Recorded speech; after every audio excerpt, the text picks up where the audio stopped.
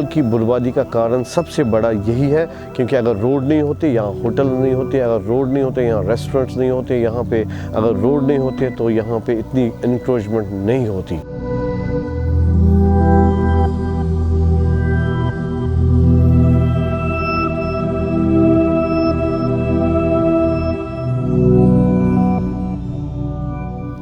आप देखिए, जहाँ हम यहाँ पे खड़े हैं, एक वक्त था ये पूरा डल लेक था।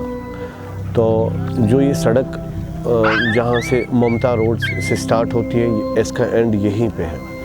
मगर इसने इतनी बर्बादी डल की है, क्योंकि जितना भी मटेरियल आया है वो इसी रोड से आया है। और यहाँ इतने होटल्स बन गए, हाउस बोट, ये रेस्टोरेंट्स बन गए, बहुत सारी जो इंक्रोचमेंट आई है। गवर्नमेंट को इसकी तरफ कोई तवज्जो ही नहीं दे रहे हैं कि इस एरिया का क्या हाल हो चुका है।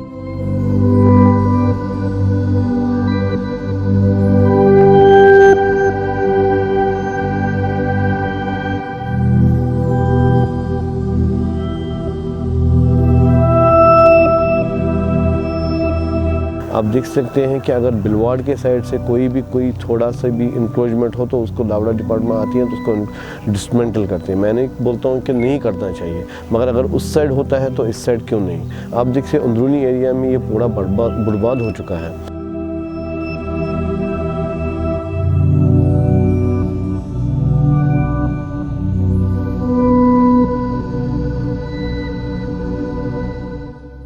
डल जो है, डल की बर्बादी का कारण दो चीज़ है मेरे हिसाब से, जितने मेरी आज तक मैंने इसके ऊपर एक्सपेरिमेंट की है।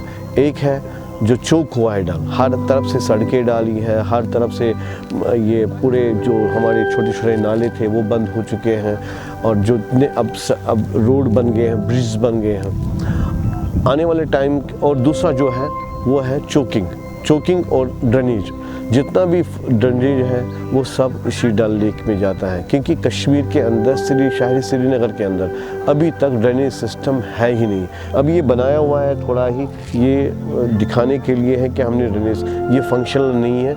बाकी सब आप देख सकते हैं कि अंदरूनी एरिया का डल जो है वो टोटली बर्बाद हो चुका है।